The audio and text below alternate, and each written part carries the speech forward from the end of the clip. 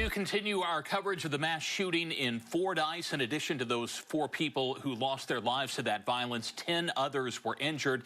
That includes 2 police officers and 8 civilians. Channel 7's Daniela DeHogany spoke with one of those victims today from inside his hospital room. She joins us live with the story. Daniela. That's right, Chris and Beth. I spoke with Silas Compton today about the extent of his injuries and what he saw the day of the shooting in Fordyce. And Compton tells me he was on his way to get medication for his wife, who has terminal cancer. He says he was leaving the pharmacy and saw the gunman outside of the Mad Butcher store and ran over to help.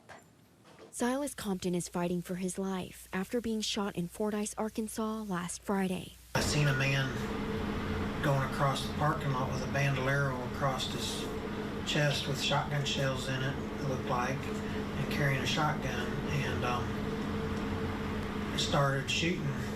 With bullet fragments still lodged in his neck, he tells us about the chaotic experience as he was at the pharmacy next to the Mad Butcher store to get medicine for his wife, who is terminally ill with cancer, when the shots were fired. Next thing I know, I'm over there at the Mad Butcher, and I went in and I yelled at him to stop, and at that point he turned and started to aim at me, and I ducked down and he shot, and I got peppered on my left side and kind of messed up my right side doing that. Compton says he tried to help an older lady get to her car, but she went back in for her groceries, and he does not know if she made it out.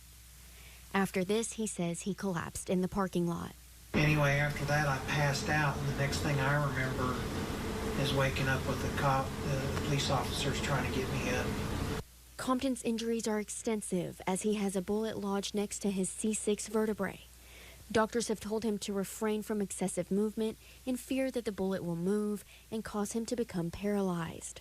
I just don't know where my life goes from here because I'm pretty messed up physically. Compton has a lot of pain on the right side of his body, which he is currently not able to use properly. He is also not able to walk correctly. It hit a nerve, and it's messed up my right side. My arm is in a lot of pain, and my right leg does not operate right yet. Compton remains in good spirits regardless, saying that his family needs him. I'm just that type of person. I'm going to get up and push. I'm going to push. Now, Compton is still waiting for his doctors to determine if there is a safer way to remove the buckshot from his body without causing major damage. There is a GoFundMe to raise money for him just in case he isn't able to go back to work. And you can find that link in this story on KATV.com. On your side, I'm Daniela DeHogany. Okay, Daniela, thank you so much.